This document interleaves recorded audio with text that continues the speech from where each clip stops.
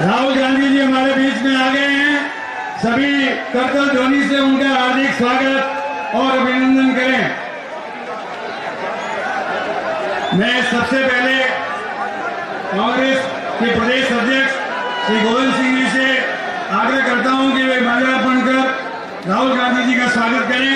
अब मैं राजस्थान के यशस्वी मुख्यमंत्री जी श्री अशोक जी गहलोत साहब से आग्रह करता हूं कि वे माला पहनाकर राहुल गांधी जी का स्वागत करें और उसके पश्चात प्रदेश कांग्रेस के अध्यक्ष जी और मुख्यमंत्री जी उनको प्रतीक चिन्ह के रूप में एक हरदर भेंट करेंगे।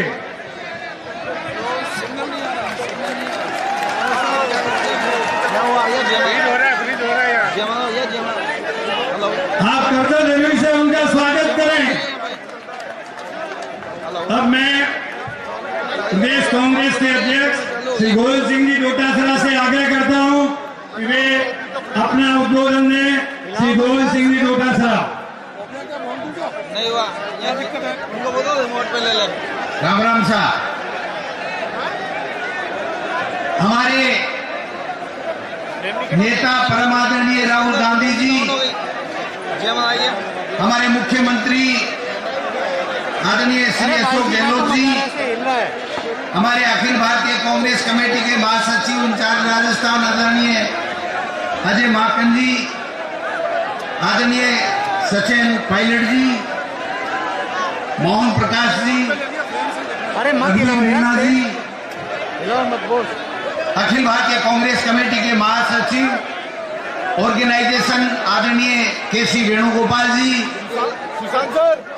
यूथ कांग्रेस NSUI सेवा दल के हमारे अध्यक्ष साहिबान, सम्मानित मंच, किसान भाइयों और कांग्रेस पार्टी के कार्यकर्तागण, आज हमारा सौभाग्य है कि हमारे राजस्थान की इस धरा के ऊपर हनुमानगढ़ और गंगानगर जिले में किसानों की सुध देने के लिए, किसानों की आवाज को बुलंद करने के लिए हमारे महबूब नेता परमादरणीय राहुल गांधी जी आए हैं।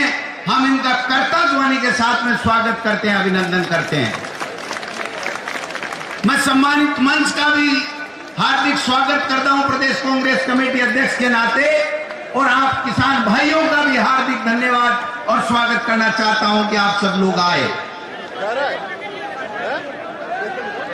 2014 में जिन लोगों ने किसान की आमदनी को दोगुना करने का वादा करके किसान की उपज के ऊपर 50% मुनाफा दिलाने का वादा करके 2 करोड़ बेरोजगारों को 1 साल में नौकरी देने का वादा करके किसान को खुशहाल करने के सपने दिखा करके जो लोग सत्ता में केंद्र में बैठे थे, आज हम उनसे पूछना चाहते हैं कि उन्होंने जो वादे किए थे उन वादों का क्या हुआ। जब NDA 1 थी तो तब जो सर्वसम्मति से कानून लैंड एक्विजिशन का, भूमि अधिग्रहण का जो कानून बना, यूपीए सरकार ने, सोनिया गांधी जी ने, मनमोहन सिंह जी ने बनाया, उस कानून को सबसे पहले देश का प्रधानमंत्री बनते ही मोदी जी ने किसानों की जमीन के ऊपर अपने पूंजीपति मित्रों का डाका डलवाने के लिए, चेंज करने के लिए लोकसभा और राज्यसभा में लेके आए। मैं धन्यवाद देना चाहता हूं कि किसानों ने जब इसका ऐतराज किया तो हमारे नेता आदरणीय राहुल गांधी जी ने किसानों का साथ दिया और एक ऐसा बिगुल बजाया कि इस मोदी सरकार को मुंह की खानी पड़ी, और उनका जो कानून था भूमि अधिग्रहण का, वो जो किसान के हित में हमारी सरकार ने, सोनिया गांधी जी ने बनवाया था, उस कानून को वापस रखना पड़ा।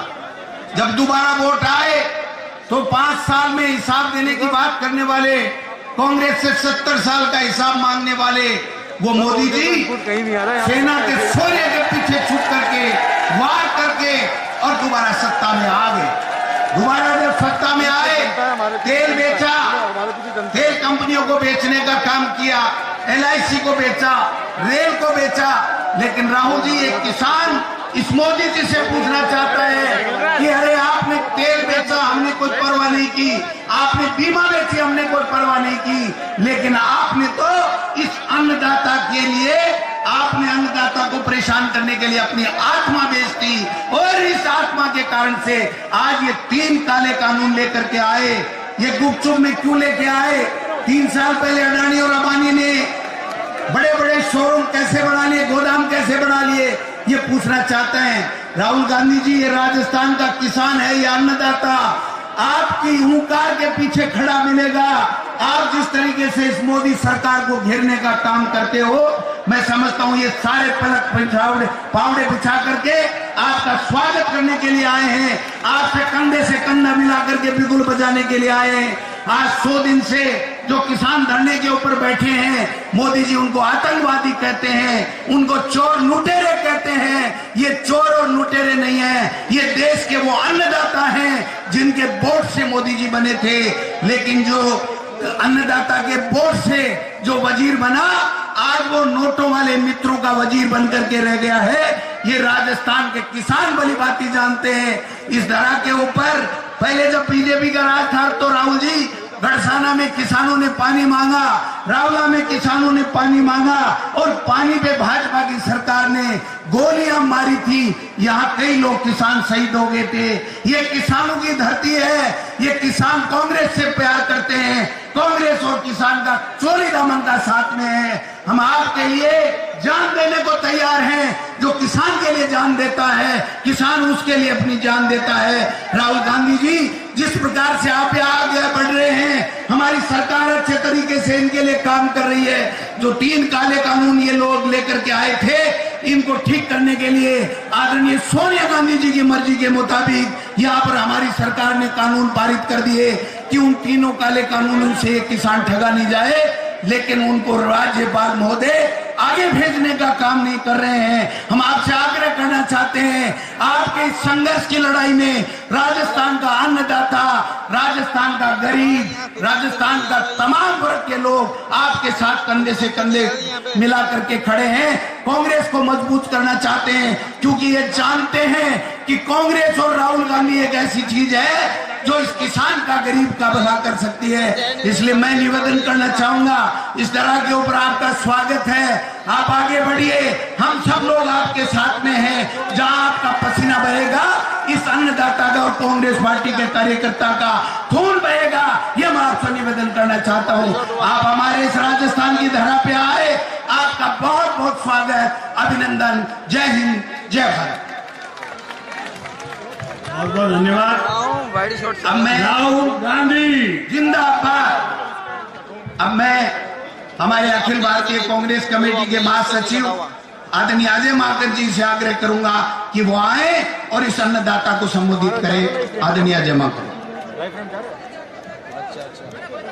परम आदरणीय हमारे नेता राहुल गांधी जी, मुख्यमंत्री श्री अशोक गहलोत साहब, केसी वेणुगोपाल साहब, सचिन पायलट जी, हमारे यहाँ पर राजस्थान के बहुत ही जोशीले और कर्मठ प्रदेश कांग्रेस कमेटी के अध्यक्ष भाई गोविंद सिंह डोटासरा साहब, मंच पर उपस्थित हमारे ऑल इंडिया यूथ कांग्रेस के, ऑल इंडिया एनएसवाई के अध्यक्षगण, स्टेट के तमाम सर्कल ऑर्गेनाइजेशंस के मुखियागण, रघुवीर मीना जी जो वर्किंग कमेटी के मेंबर हैं, यहाँ पर उपस्थित तमाम हमारे किसान साथियों, भाई और बहन, मैं बहुत ही संक्षिप्त में राजस्थान प्रभारी होने के नाते राहुल जी का स्वागत और धन्यवाद दोनों करना चाहता हूं कि राहुल जी, आपने आज राजस्थान को चुना कि यहाँ पर आकर के किसानों की आवाज, किसानों की लड़ाई को आप यहाँ से राजस्थान की जमीन से उठाएंगे।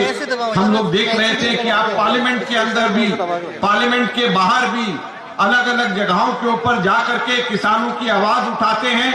मैं समझता हूं कि अगर पिछले 6-7 वर्षों के अंदर पूरे देश भर में कोई एक नेता, कोई एक व्यक्ति कहीं पर भी किसानों के साथ दिक्कत के अंदर कदम से कदम मिलाकर के उसके साथ में खड़ा है, दलित वर्ग, सर्वहारा वर्ग कभी भी कहीं पर भी उनके साथ खड़ा है, तो उसका नाम राहुल गांधी है। हम आपका धन्यवाद करना चाहते हैं, हम आपका स्वागत करना चाहते हैं। आज किसानों की लड़ाई आप यहाँ पे से लड़ेंगे, यहाँ से शुरुआत करेंगे।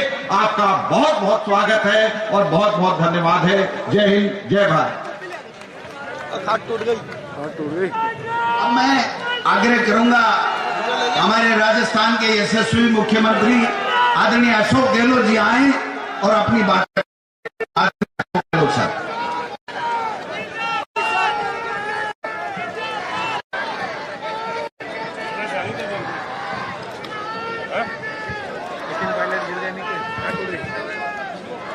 हमारे प्रमुख नेता राहुल गांधी जी, हमारे ICC के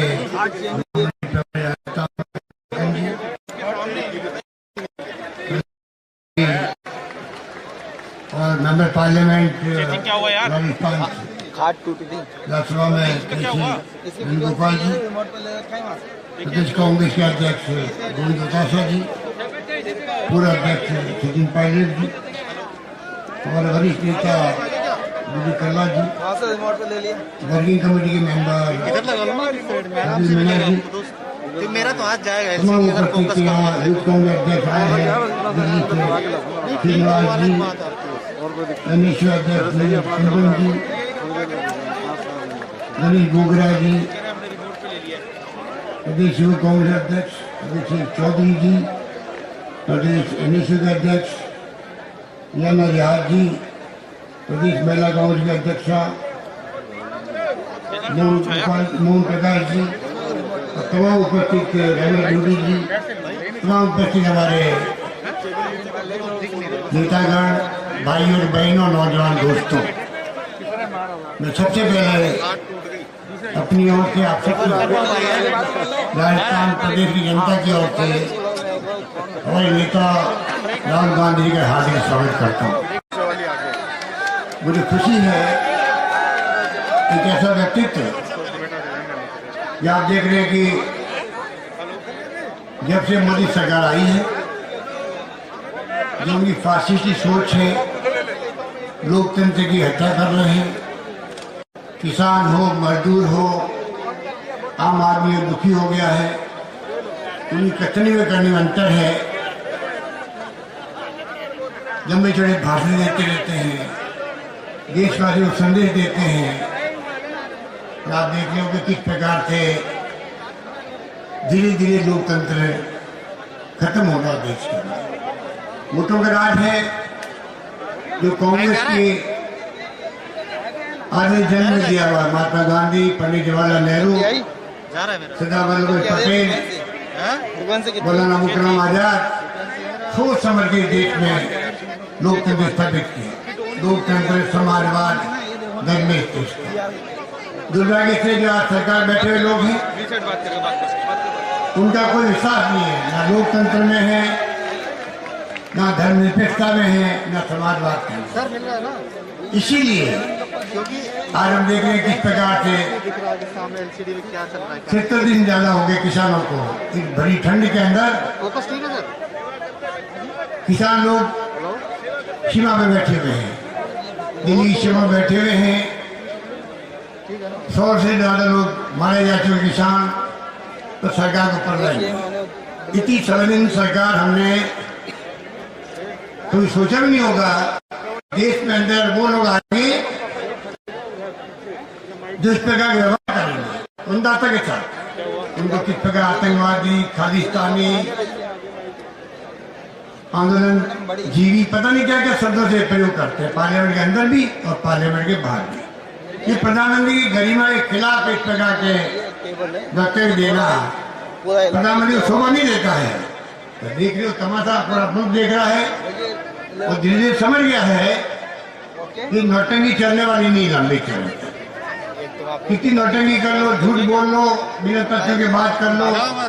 लोग याद करते हैं 14 में वादे क्या किए, काला धन लेके आएंगे, वादा भूल गए। क्या क्या करते, 2 करोड़ लोगों को रोजगार देंगे प्रतिवर्ष, अब जवान का आती नहीं बात। बड़े बड़े आरोप लगाए थे यूपीए गवर्नमेंट पर। अरे वो यूपीए गवर्नमेंट इतिहास बना दिया, देश में खादी सुरक्षा कानून लेके आ गए। सोनिया गांधी जी चेयरपर्सन थी उस वक्त में।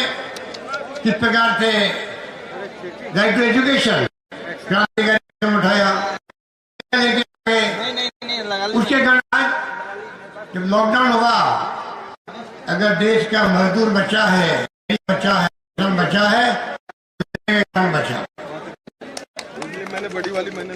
आरटीआई लेके आगे सोनिया जी और मनमोहन सिंह जी, दुनिया भर के लोग लगा किस प्रकार से इतना बड़ा फैसला किया है। मैं कहना चाहूंगा, कहने को बहुत सारी बातें भी राहुल जी बोलेंगे, क्योंकि किसानों का भी अध्यक्ष जी बोल रहे थे बट्टा पालसौल में दलील सीढ़ी थी। राहुल जी ने कानून बदल रहे थे यूपी गवर्नमेंट का, लड़ी लड़ी गई, आखिर में सरकार को झुकना पड़ा, कानून वापस जाना पड़ा। वहां से लड़ाई शुरू हुई है राहुल जी की इस सरकार के साथ में। राहुल गांधी में दम कम है मोदी की सरकार का मुकाबला करने का। पूरे देश देख रहा है कि राहुल गांधी जी अटैक करते हैं मोदी जी पर, तो पूरी कैबिनेट के मंत्री को उतारा जाता है, राज्यों में भेजा जाता है, टीवी पे डिस्कशन होते हैं, प्रेस कॉन्फ्रेंस बनाई जाती है, और एक व्यक्ति आपका मुकाबला कर रहा है इस रूप में। और राहुल गांधी के साथ में पूरे देश का कांग्रेस जन, कार्यकर्ता, आम जनता उनके साथ में पीछे खड़ी है।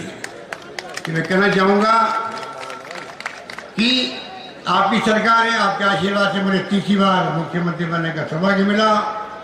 गंगानगर हो, हनुमानगढ़ हो, इंदिरा गांधी कैनाल हो, गंग कैनाल हो, बागड़ा डैम की कैनाल हो, हमने कोई कमी नहीं रखी है। नालों की मरम्मत का काम है, पानी छोड़ने का काम है।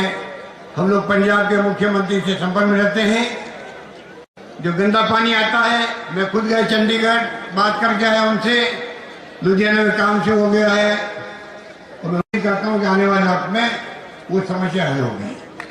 और जो मांगा आप लोगों ने, चाहे महिला कॉलेज मांगी हो, हमारे चौधरी साहब एमएलए हनुमानगढ़, चाहे वो गवर्नमेंट कॉलेज मांगी हो, मेडिकल कॉलेज की बात हुई हो, एक के बाद एक हम लोग वो फैसले करें जो कि आपको आपकी मांगे होती है।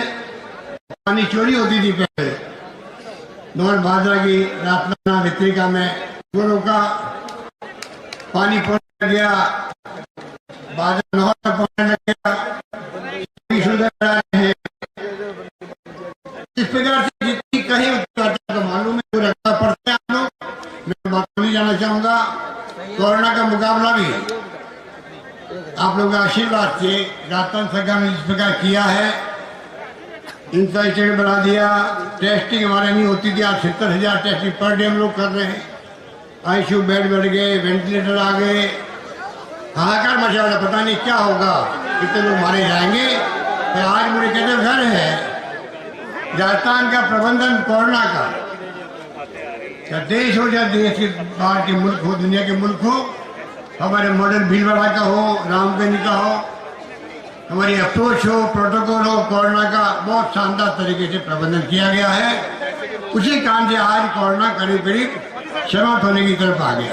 फिर भी मैं कहना चाहूंगा, हम लोग धीरे धीरे लापरवाही करने लग जाते हैं।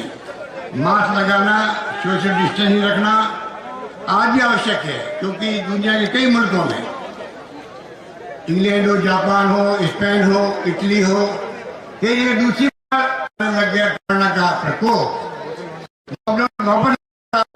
हमारे नौबत नहीं आए, इसलिए मैं देशवासियों को सहयोग चाहूंगा, जिस प्रकार सहयोग किया उन्होंने कोरोना काल में। मैंने कहा कोई भूखा नहीं सोए, आप लोगों ने कमी नहीं रखी। गांव को, गरीब को, पड़ोसी को किस प्रकार खाना खिलाया आप लोगों ने, इस प्रकार उनकी देख रेख करी। पुलिस प्रशासन ने भी काम अच्छा किया, और सरकार ने भी कैश और काइन के अंदर जिस प्रकार से गरीबों को इमदाद करी, मैं समझता हूँ आपके जहन में है।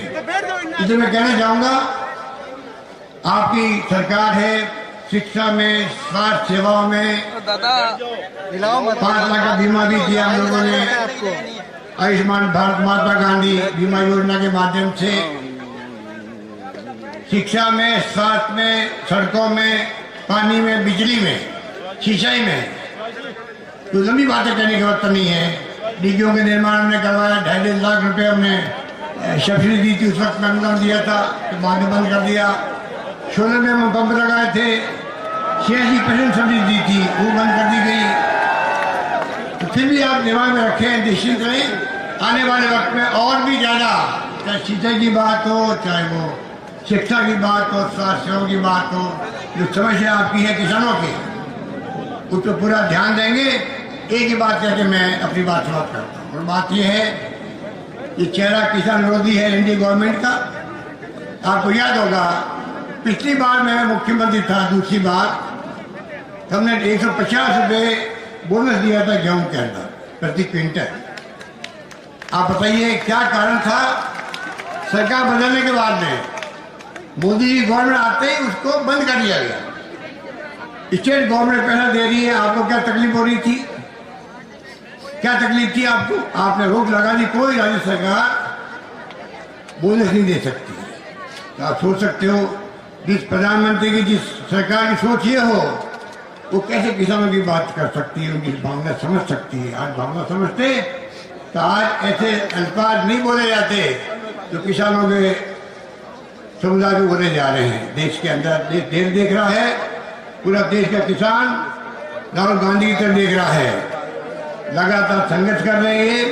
पंजाब से हरियाणा से शुरुआत करी थी, शुरुआत राहुल गांधी ने करी थी, क्योंकि राहुल गांधी ने हमेशा दूरदर्शी रखी। कोरोना आया था 12 फरवरी में, राहुल गांधी ने कह दिया था ये कोरोना पूरे देश में आतंक बचा सकता है, परवाह नहीं करी। 12 फरवरी को अगर परवाह करती मुख्यमंत्री, प्रधानमंत्री करते परवाह, ये कोरोना का प्रकोप ऐसा नहीं फैलता। उनको तो चिंता थी मध्य प्रदेश सरकार कैसे गिराएं। उसके बाद में हम लोग रोक लगाएंगे।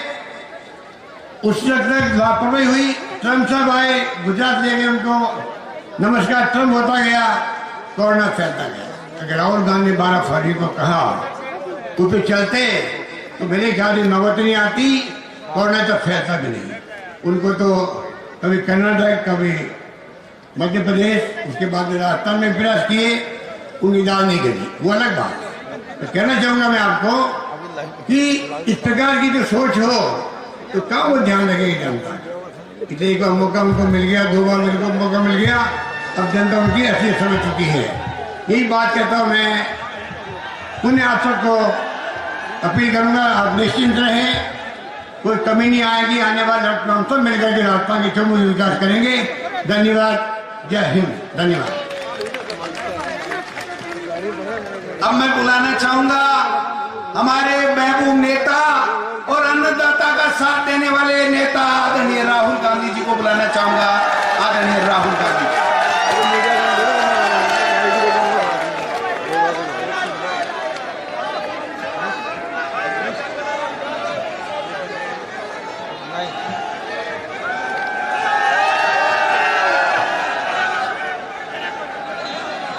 अजय माखन जी, अशोक गहलोत जी, गोविंद सिंह दोतासरा जी, केसी वेणुगोपाल जी, सचिन पायलट जी, रघुवीर सिंह मीना जी, स्टेज पे कांग्रेस पार्टी के सीनियर नेता, भाइयों और बहनों, किसानों, आप सबका यहां दिल से मैं स्वागत करता हूं।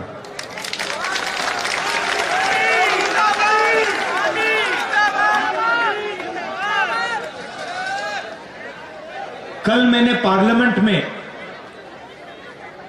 किसानों के मुद्दे पे भाषण किया और पार्लियामेंट में मैंने ये जो नए 3 कानून नरेंद्र मोदी लाए हैं, इनका लक्ष्य, इनके पीछे सोच मैंने समझाई। आज भी मैं आपके लिए ये जो 3 कानून हैं, आपको मैं ये समझाना चाहता हूं, इनका लक्ष्य क्या है, इनकी सोच क्या है और मोदी जी इन कानूनों को क्यों ला रहे हैं। हिंदुस्तान का सबसे बड़ा बिजनेस, कोई कहता है सेलफोन का बिजनेस है, कोई कहता है हवाई जहाजों का बिजनेस है, कोई कहता है ट्रांसपोर्ट का बिजनेस है, मगर सच्चाई है कि हिंदुस्तान का सबसे बड़ा बिजनेस कृषि का बिजनेस है। और ये सिर्फ हिंदुस्तान का सबसे बड़ा बिजनेस नहीं है, ये दुनिया का सबसे बड़ा बिजनेस है, क्योंकि इसी बिजनेस से करोड़ों लोगों को भोजन मिलता है। इस देश की जो फूड सिक्योरिटी है, इस देश की जो आत्मा है, उसकी रक्षा किसान और कृषि का बिजनेस करते हैं। आज इस बिजनेस को कोई एक व्यक्ति नहीं चलाता है। आज आप इस बिजनेस को देखें तो हिंदुस्तान की 40% जनता इस बिजनेस के भागीदार हैं, इस बिजनेस को चलाते हैं। 40% मतलब करोड़ों लोग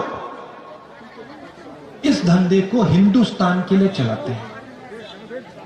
उसमें किसान शामिल हैं, मजदूर शामिल हैं, छोटे दुकानदार हैं, व्यापारी हैं, अड़तिया हैं, करोड़ों लोग मिलकर इस बिजनेस को चलाते हैं। और कांग्रेस पार्टी की कोशिश रही है कि इस धंधे को हम कभी किसी एक व्यक्ति के हाथ में ना जाने दें। यह हमारा लक्ष्य रहा है। आजादी के दिन से आज तक यह हमारा लक्ष्य रहा है कि यह जो धंधा है, यह हिंदुस्तान के 40% लोगों का धंधा ही रहे, इनकी भागीदारी हो और किसी एक व्यक्ति के हाथ में यह धंधा ना चला जाए। और उसके लिए कांग्रेस पार्टी सालों से लड़ रही है। उदाहरण आपको दिखते हैं। अमूल कंपनी है, कांग्रेस पार्टी लाई थी। लाखों किसानों की कंपनी है, पूरे देश में दूध देती है, दूध डिलीवर करती है।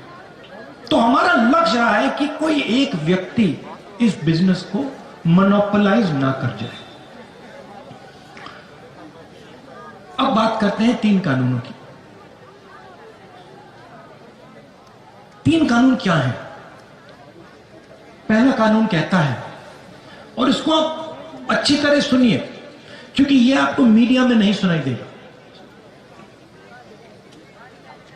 बहुत सरल चीज है, मुश्किल नहीं है, मगर मीडिया नहीं समझाएगा। क्योंकि जो लोग, सुनिए अच्छी तरह सुनिए, क्योंकि जो लोग कृषि के बिजनेस को छीनना चाहते हैं, मीडिया उन्हीं का है।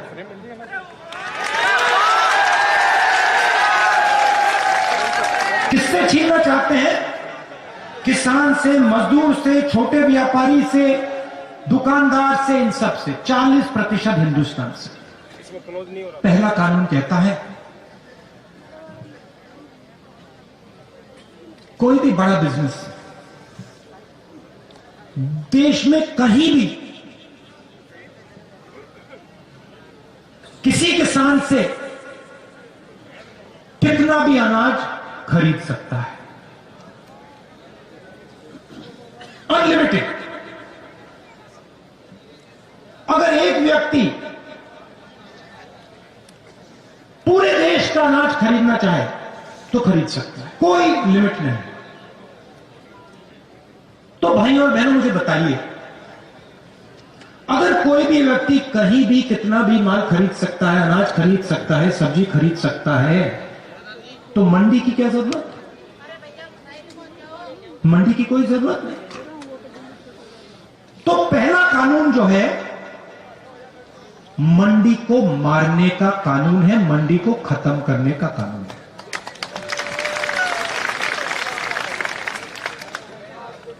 दूसरा कानून कहता है कि कोई भी उद्योगपति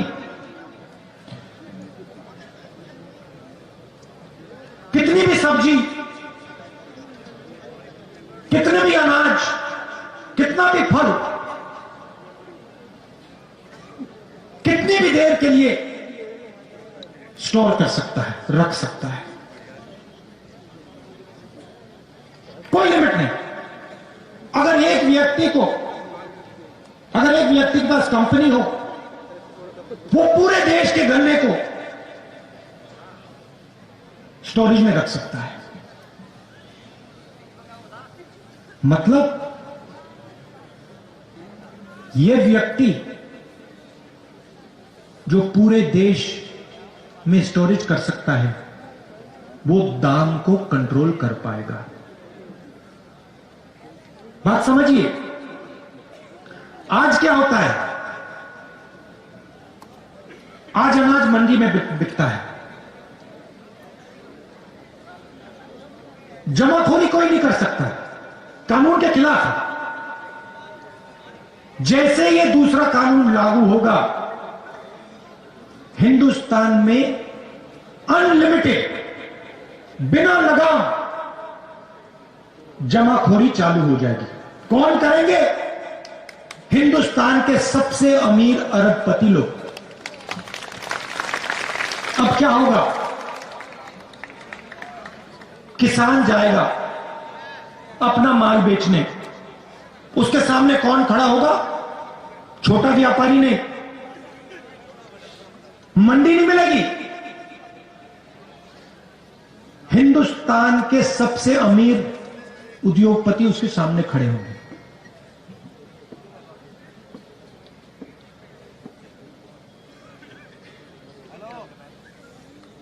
तीसरा कानून कहता है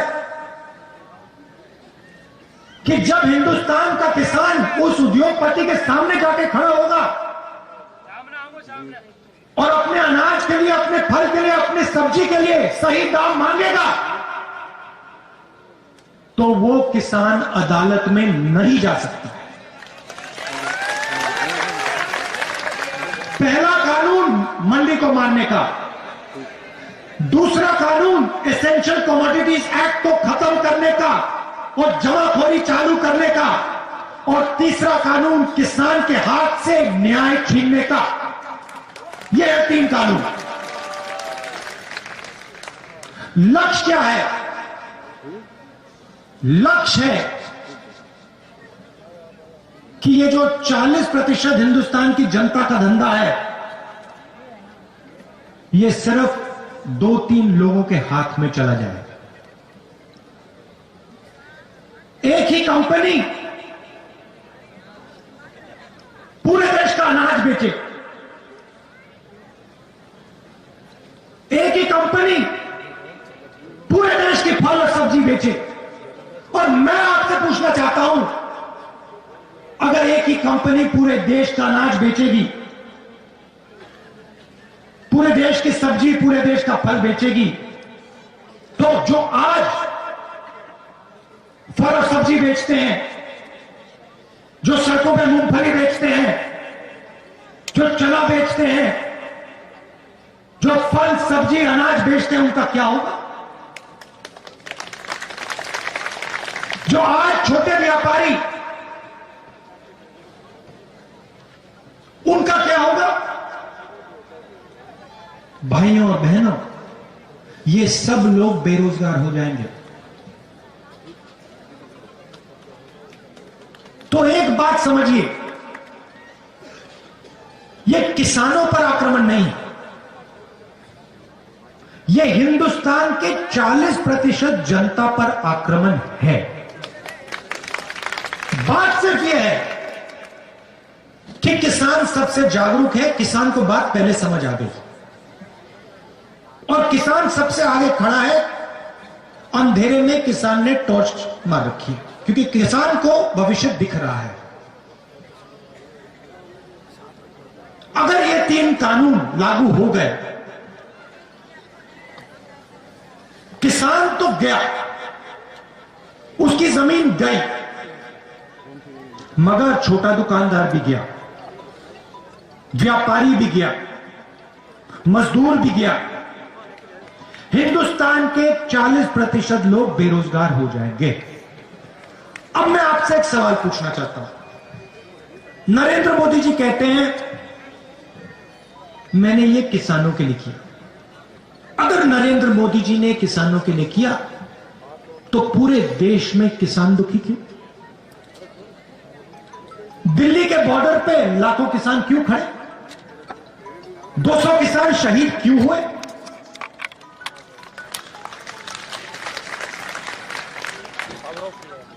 तो ये किसानों के लिए तो नहीं किया, ना ये छोटे दुकानदारों के लिए किया, ना ये मजदूरों के लिए किया।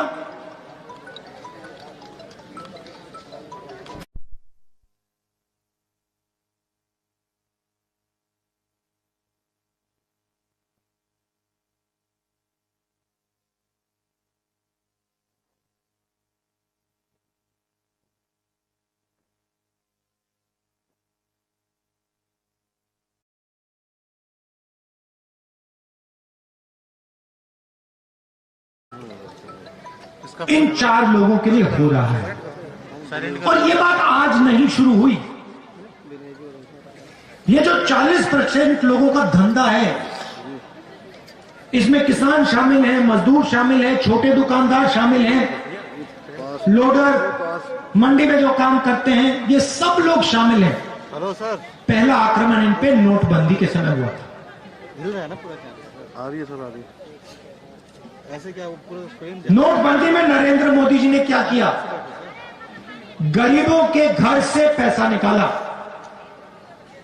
मैंने उस समय कहा था ये काले धन के खिलाफ लड़ाई नहीं है, ये हिंदुस्तान की रीढ़ की हड्डी को तोड़ा जा रहा है। जनता उस समय नहीं समझी थी, उस समय जोश में आ गई थी। बाद में पता लगा कि 3-4 लोगों का लाखों करोड़ रुपए कर्जा माफ हुआ, आपका पैसा बैंक में गया। उसके बाद जीएसटी, फिर से उसी कड़ी पे आक्रमण।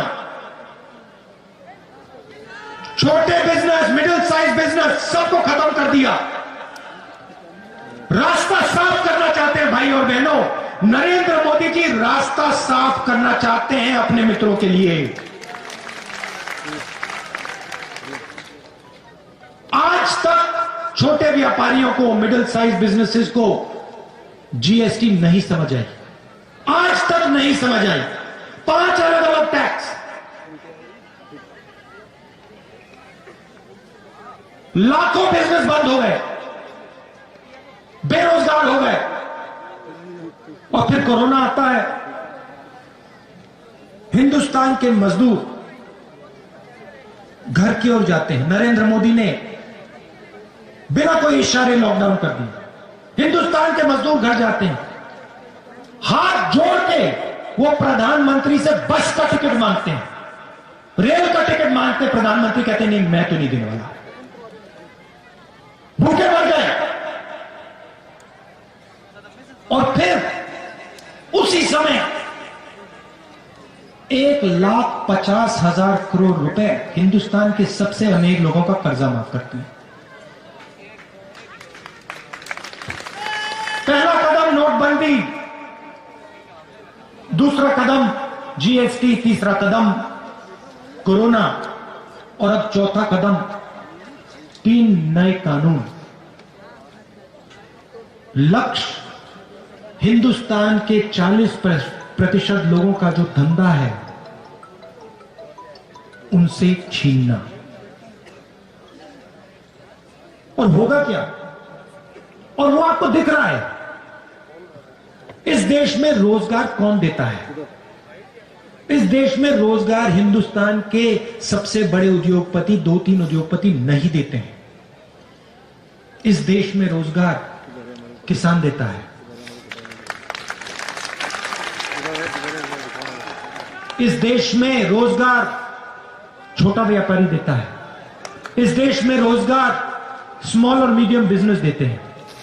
उनको आपने जान से मार दिया, खत्म कर दिया। और आज पूरा देश देख रहा है बेरोजगारी फैलती जा रही है, फैलती जा रही है। और नरेंद्र मोदी हर रोज कोई ना कोई नया बहाना बनाते हैं। Make in India, skill India, पता नहीं क्या क्या क्या क्या बोलते रहते हैं। आपने पार्लियामेंट में उनका चेहरा देखा होगा। कहते हैं हम किसानों से बात करना चाहते हैं। बात किस बात की? क्या बात करना चाहते हैं आप? इस कानून को आप खत्म कीजिए, रद्द कीजिए। किसान आपसे बात करने को तैयार है। आप पहले जो उसका है उससे छीन रहे हो, उसकी जमीन छीन रहे हो, उसका भविष्य छीन रहे हो, और फिर उसे कह रहे हो बात करेंगे। बात किस बात की? कोई बात करने की जरूरत नहीं है। पहले आप कानून वापस लीजिए, फिर जितनी बात आपने किसानों से करनी है, मजदूरों से करनी है, आप करिए। तो मैं यहां इसलिए आया हूं, मैं ये बताने आया हूं कि ये सिर्फ किसान का मुद्दा नहीं है, ये गरीबों का मुद्दा है। ये जो सिस्टम है, कृषि का सिस्टम, मंडी, एमएसपी, एसेंशियल कमोडिटीज एक्ट, ये सब, ये सिस्टम आपकी रक्षा करता है।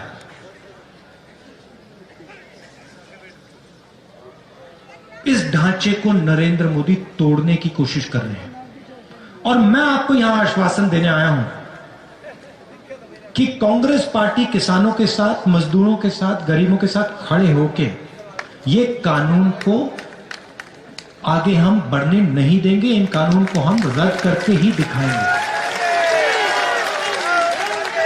आखिरी बात मैं आपसे कहना चाहता हूं, अब देखिए,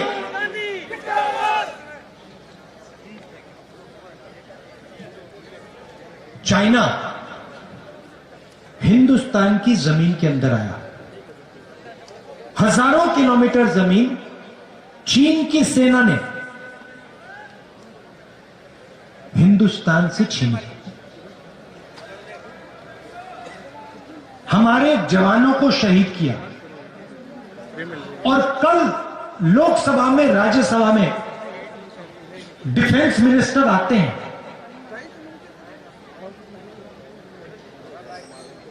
और कहते हैं कि समझौता हो गया। और समझौता किस बात का हुआ? समझौता यह हुआ कि नरेंद्र मोदी जी की सरकार ने हिंदुस्तान की पवित्र जमीन चाइना को पकड़ा दी। पैंगोंग लेक में हिंदुस्तान का पोस्ट फिंगर 4 पे होता था। चाइना ने अपनी सेना को अंदर डाला। समझौता नरेंद्र मोदी जी ने यह कहा है कि हम अब फिंगर 3 पे अपना पोस्ट लगाएंगे। मतलब फिंगर 4 और फिंगर 3 के बीच जो जमीन थी, जो हमारी पवित्र जमीन है, वो नरेंद्र मोदी जी ने चाइना को हमेशा के लिए दे दी है।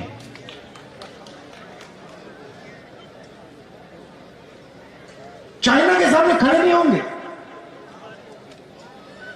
किसानों को धमकी देंगे, किसानों को मारेंगे, पीटेंगे, दीवार बनाएंगे, और चाइना को हिंदुस्तान की जमीन देंगे। यह नरेंद्र मोदी जी की सच्चाई है।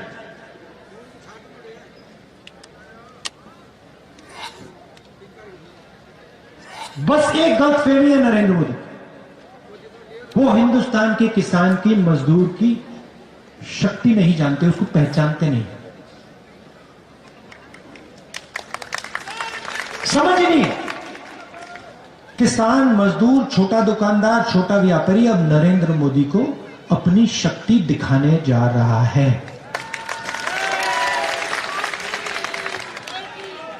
आप सब दूर दूर से आए, इसके लिए दिल से मैं आपका धन्यवाद करता हूं। नमस्कार, जय हिंद।